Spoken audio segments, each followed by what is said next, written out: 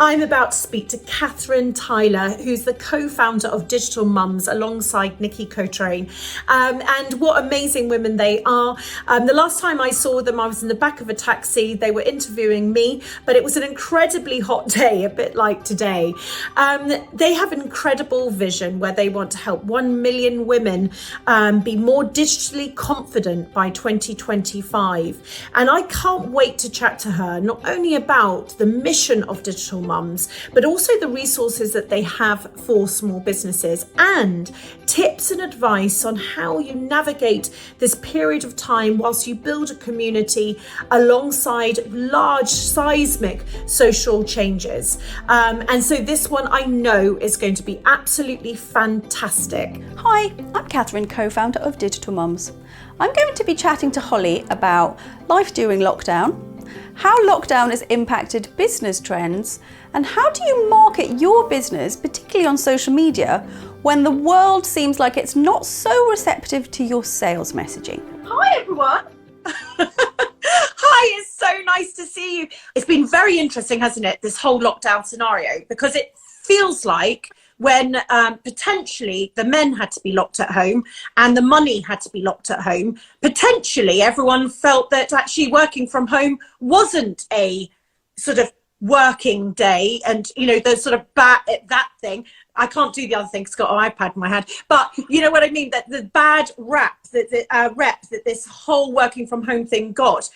Tell me about what you're thinking about before we get more into Digital Mums, just like the sort of overview of, do you think this is going to be a really good thing for us women?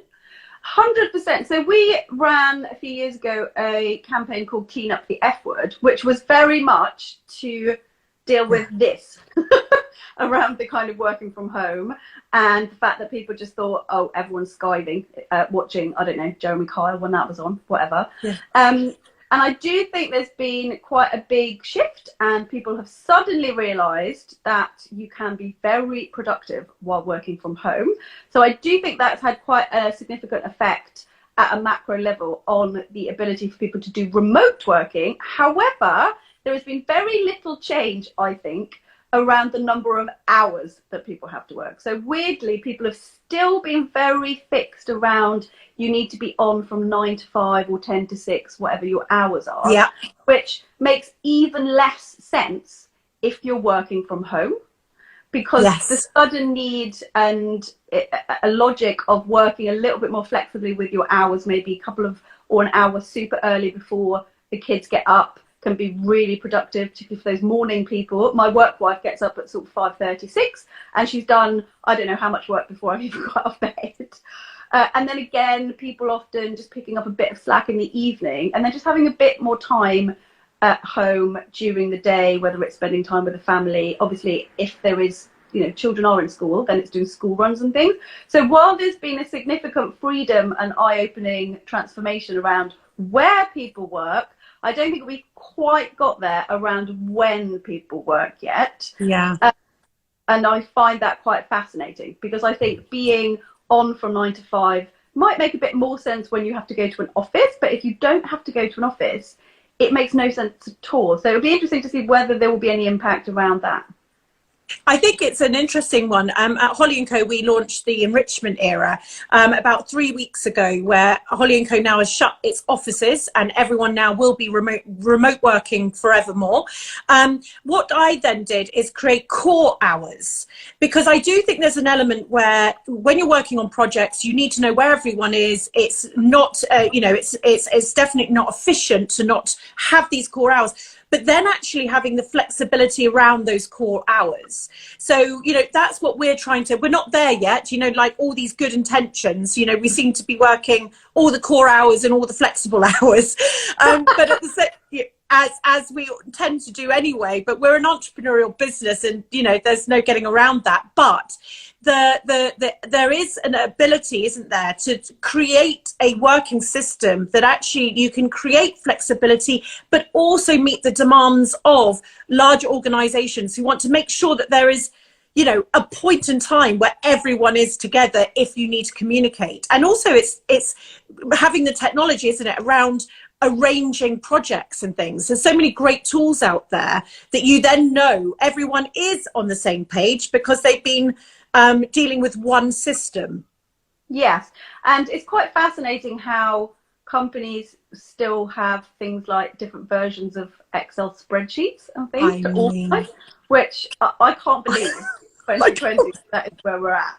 But I completely agree with you on the core hours, which is how we operate at Digital Mums. And when we coined the phrase work that works, sometimes we will have to tell mothers that work does also really need to have to work for the business as well. And I think Nikki got a great question once, because someone said, I only want to work term time and I want to have all the school holidays off.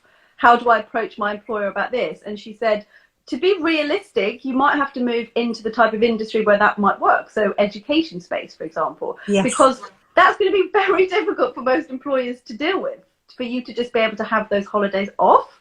And core hours, I think, is brilliant, because you're right. You do want to know, as a business owner, senior leader, manager, etc., that people are on at key times. And we generally do a 10 till 2 core hour policy.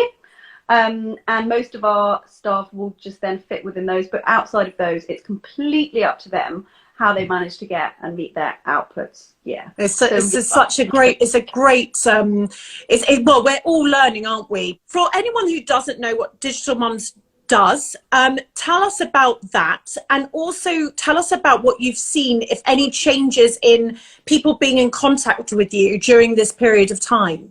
Oh yeah, we've definitely seen some changes. So if you're not sure what Digital Mums does, so when we first started, we only taught people social media marketing. And then as we evolved as a business, we branched out into other areas of digital marketing.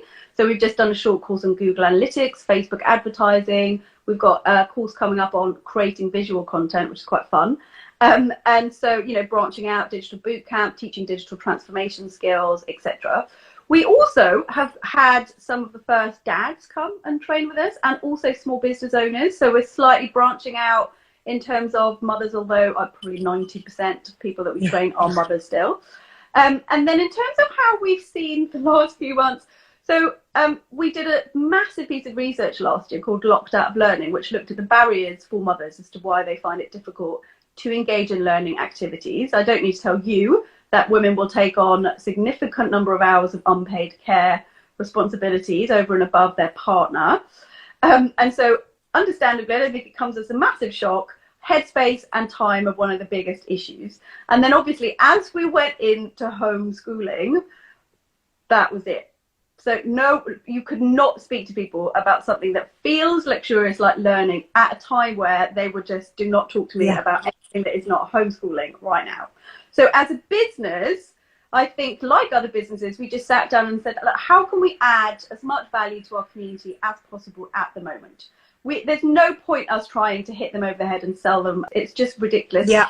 And also, it felt disingenuous and inauthentic for us to try to do that as a brand that is very purpose driven. So we just kind of stopped that type of marketing activity and just focused on what did people feel like they needed from us. Did more free and mini sort of 20-minute, 30-minute, 60-minute lessons, just in case, because obviously financially people were also like not sure what's going on.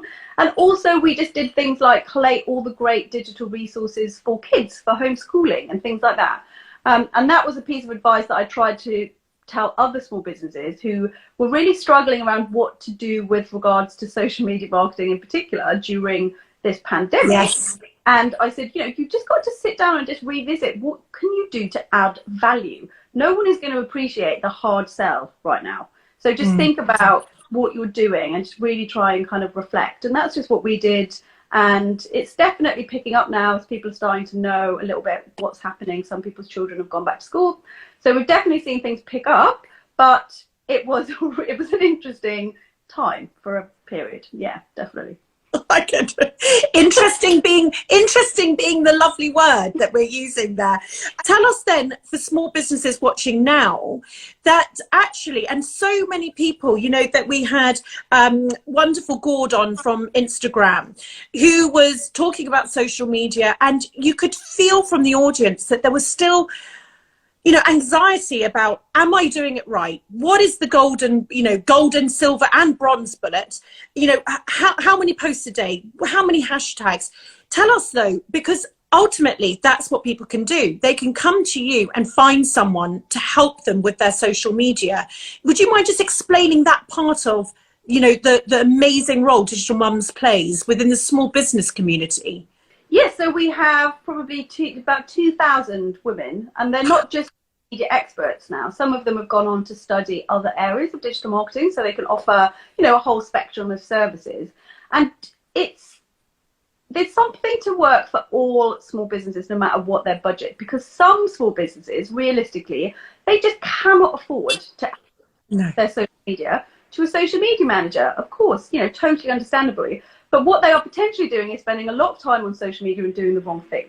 So for those types of businesses, I would encourage them to hire someone from our alumni just to help them with the strategy, get a strategy in place, and then they can work to that strategy. Or we've got a lot of people that also offer and deliver either workshops or group, now online training, or one-to-one bespoke training as well, just to answer those questions that you just talked about. What's the best, you know, when should I post? How many things should I post?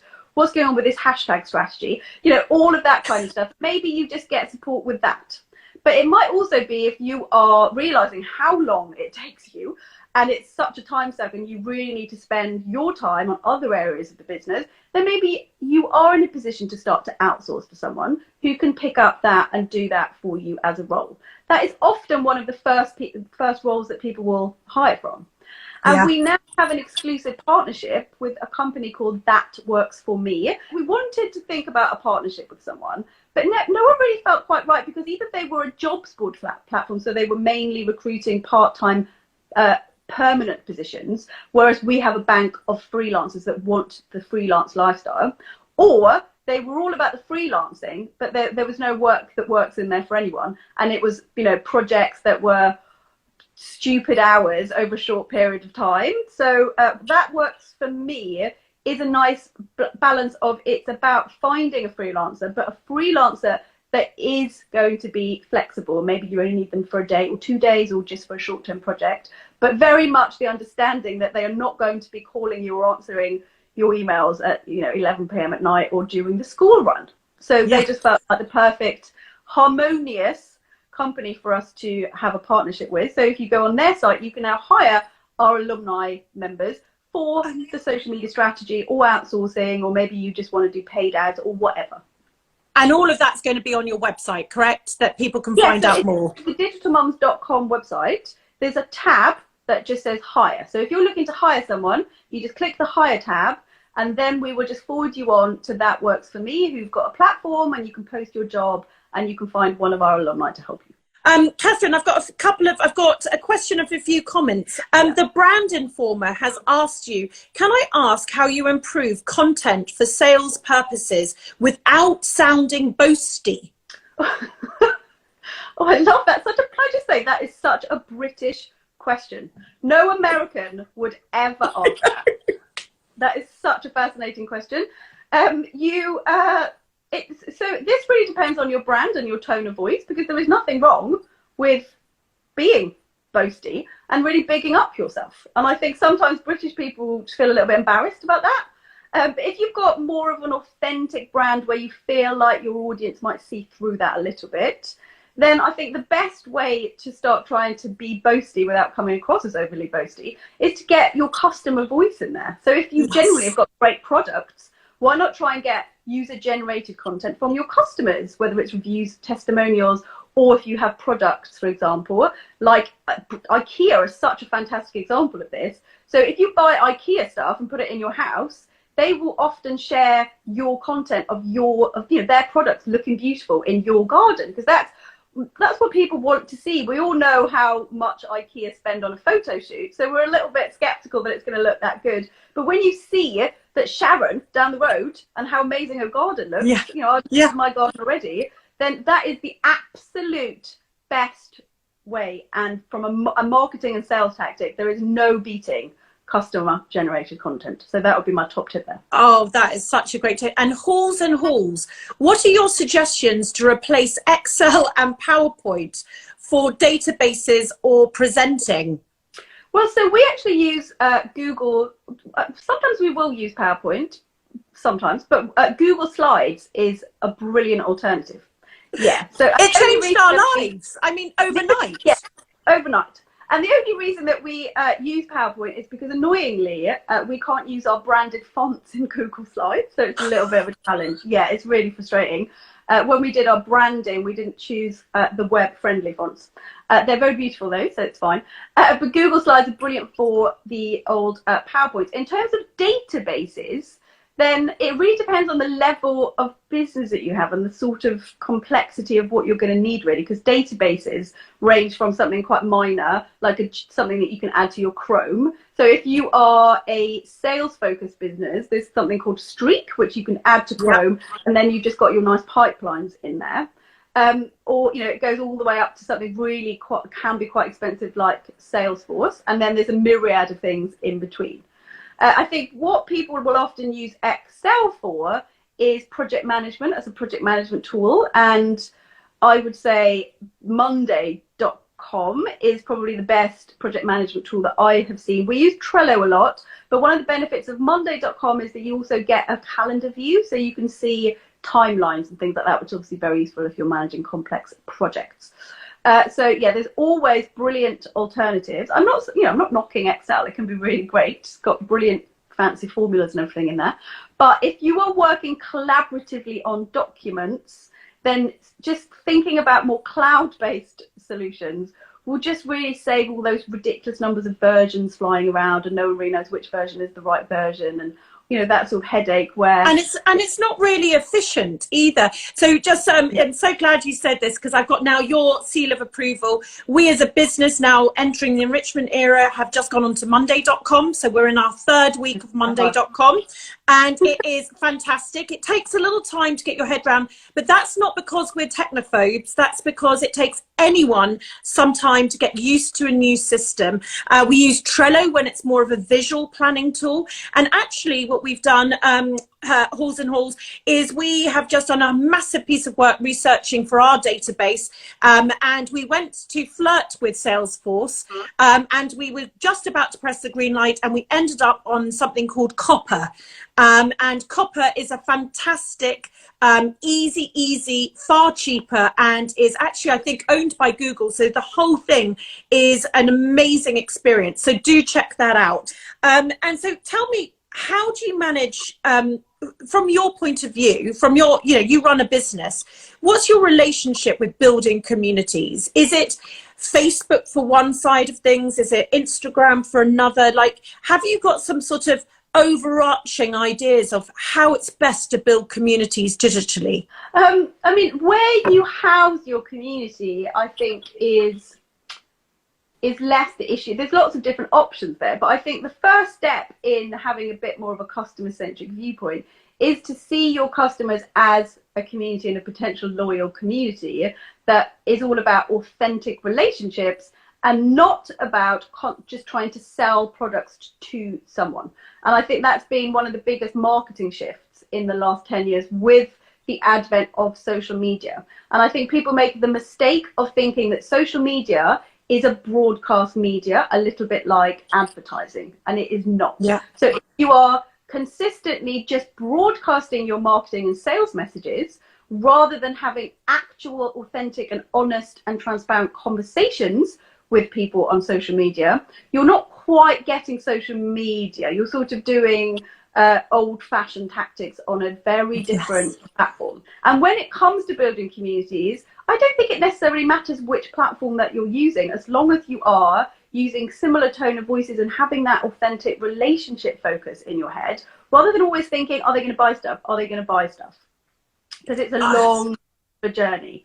And also customer loyalty, lifetime value of the customer, word of mouth recommendations, you know, all of these things I think can be missed by businesses who focus more on the conversion of a sale and not on that whole entire journey of your customer.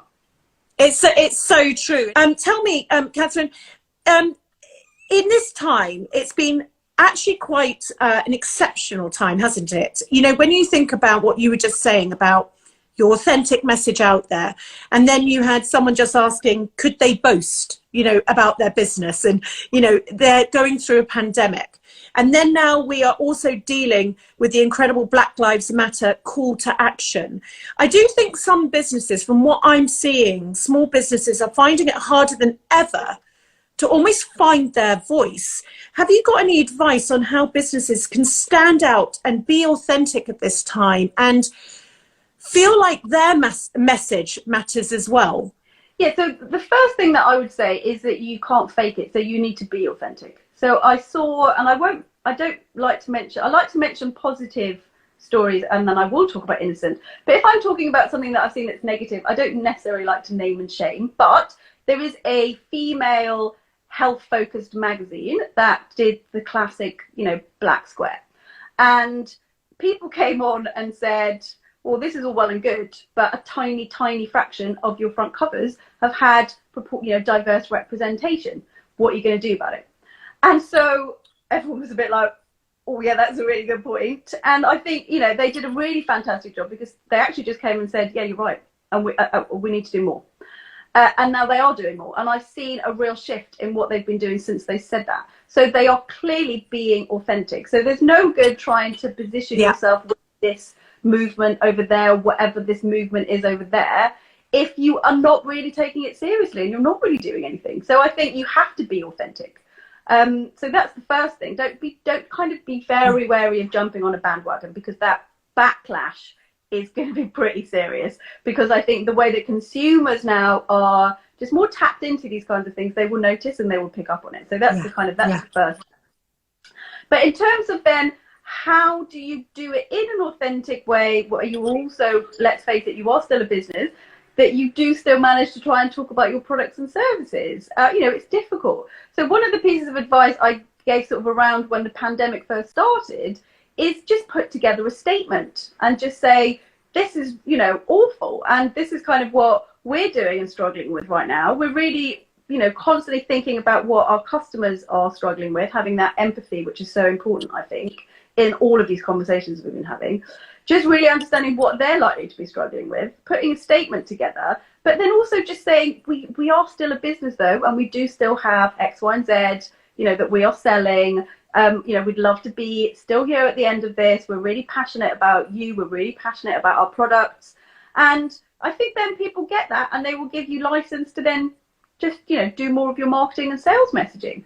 So I just think, again, just having more of a mature conversation. The worst thing you could do is just carry on completely as normal with all of your standard marketing and sales, particularly if it was scheduled via a scheduling tool, just carrying on as normal. That is the absolute worst thing to do. Just, pause, reflect, look at what you've got scheduled. Might be good to just not do anything for 24 hours until you've just really sat down and understood what's happening, put together a statement and have a little bit of a crisis plan, because I saw someone handle it really badly and got really defensive, and then it all just started on Instagram. I felt so sorry for her, but I just thought, if maybe you don't have a PR agency you could speak to, just maybe run it past a friend, just be like, this is the approach, because it's quite easy as a small business owner, when you're so passionate about your business, to get a bit defensive. So maybe just ask someone who's a bit, you'll tell it straight friend, who might just say, oh no, go, you can't say that. Just, you know what, they've got a point. Just hold your hands up. So there's, it can feel quite scary, but number one, I'll just summarize because that was quite a lot. Number one, just you be authentic. That's the main thing. So don't jump on a bandwagon if you're not doing anything about it. And then number two, just put out a statement that treats your customers like adults and just explain your position and what you're going to be doing going forward. And then number three, if you are ever called out for something, do not get defensive, and actually just say, it's fine to just hold your hands up that you made a mistake, and this is what I'm going to be doing about it to be better in the future. I think that's such great advice. And I think that's the key thing there isn't it? Just to not bullshit. It's just do not bullshit this, because actually saying, I have messed up, or No, not necessarily myself. I'm learning. I'm doing this. Will you help me? Having that is very much building your community. And I think that's what will stand small businesses apart from the larger companies who are in all sorts of trouble, trying to deal with all of this, trying to deal with the pandemic and not necessarily doing a great job. So this is where small businesses can win with that genuine commitment and communication. And I think another thing that small businesses are worried about is this thing of getting it wrong. And I do think it's quite a female thing as well, you know, getting it wrong. And that we slightly, it's a bit like fear maybe of finance and fear of tech and fear.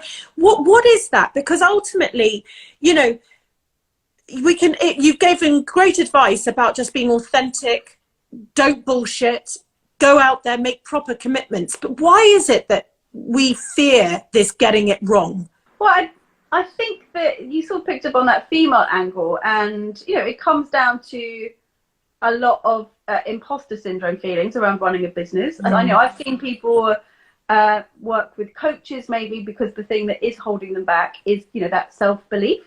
And I particularly, and again, the word intersectionality, I think the fact that you're a woman and the fact that you grew up more in a working class type environment, because I think class can play a big role in this imposter syndrome as well. I think that if you've got both of those things coming together, that just compounds things even more in terms of your confidence levels. Because I remember when I first, you know, met people that were publicly schooled, and the level of confidence they had, I couldn't believe it. They would just like walk into a room and own the room. And you know, all the kids that maybe were a bit more like working class comprehensives were a bit like, what, just hiding at the back. And so there's things that you could do to work on that. And I think the first thing, you know, not everyone can afford coaching, but just reflecting. We talk a lot at Digital Mums about like the zones of learning, fixed mindsets, growth mindsets. And one of the things we're talking about at the moment a lot is moving through out of your comfort zone into the kind of fear zone, where you do that thing where you just think you're making excuses, or someone becomes your bad object, or you know, you're just really angry, but really you're just feeling quite fearful. And then you push through that so that you're in the learning zone, and then you push through that again so that you're in the growth zone. And I think when you're running a business, you could definitely end up in the fear zone. And my work wife, she will be very honest about the fact that she does in a week flip-flop between learning zone and fear zone, but she's very aware. And the more aware you can be, I think the more you can tap into how to push forward and out of that and move into the learning zone and start to feel more confident about making these kinds of decisions. Because, you know, it can be a scary world running a business, as you and I know. God, that's so helpful for everyone. If you didn't know about your zones, you've now got the zones to go through. You know, we are our own cheerleaders, aren't we? We're the only ones to give ourselves sometimes that pep talk and tell ourselves that we've done a good job. A couple of stories, magical story jars. How do you choose the most effective hashtags? Ooh, that's a great question. I think in terms of hashtag strategy, this is where a lot of people could just get so confused. So what you want in your hashtag strategy is not a load of hashtags that are followed by 5 million people. So you might use a couple of the bigger hashtags, but really when you're searching, you want to find hashtags that are relevant for your brand, that really speak to and are being followed by your target customers, but are more in the thousands of followers, because then suddenly you're really honing down. So you want to always make them relevant. So don't put in ones that you think are really popular when they've got nothing to do with what your post is all about. And then you want to make them the right type of size in terms of reach. So, you know, not the 10 million or 6 million, but the thousands. And sometimes if you're a niche business, the hundreds. People, you know, actually, if you're really targeting in on that target customer, you don't necessarily need thousands of people to be following something. And then in terms of how many to use, it's not always, oh, exactly this many and exactly that many.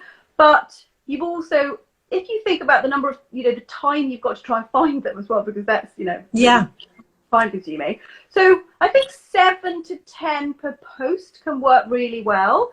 There's some evidence out there that, you know, 15 is really good. Who's got the time to be doing like 15 hashtags? So I think if you're, you know, aim for about 7 to 10, and that's probably a really good number. This is so informative. Last question. What advice would you give to small businesses that you feel like you've picked up on a few things that they're not maybe doing? Well, one of my biggest bugbears is around design, and I think visual content has become more and more important as time has gone on, and as Instagram now obviously photos are still really important, but it's moved into using graphics more, and also on the stories there are lots of graphics being used.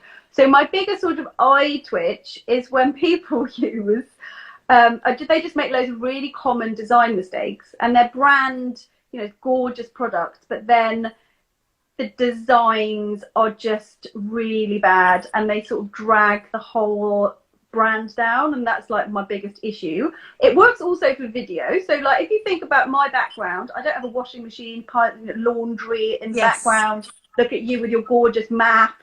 You just look great.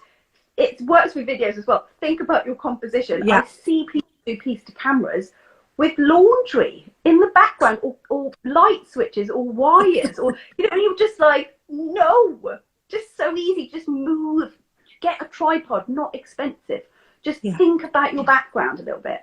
So that is, and because I've got that sort of design mentality, that's the thing that just drives me the most crazy. Well, it's all brand, isn't it? It's all brand. It's the everything. If your logo wouldn't have laundry in it, then probably you shouldn't either. And it is that it's like laundry, you shouldn't have laundry. You should have no laundry in all of it, unless you're selling laundry, and then that's a whole other thing. Exactly. Bless you. Thank you for your time. I knew I'd have fun with you. Bless you. I'm going to say lots of lovely things now when you go. But thank you so much for all your time. I have a blast every time, and it's been so helpful. So lots of love.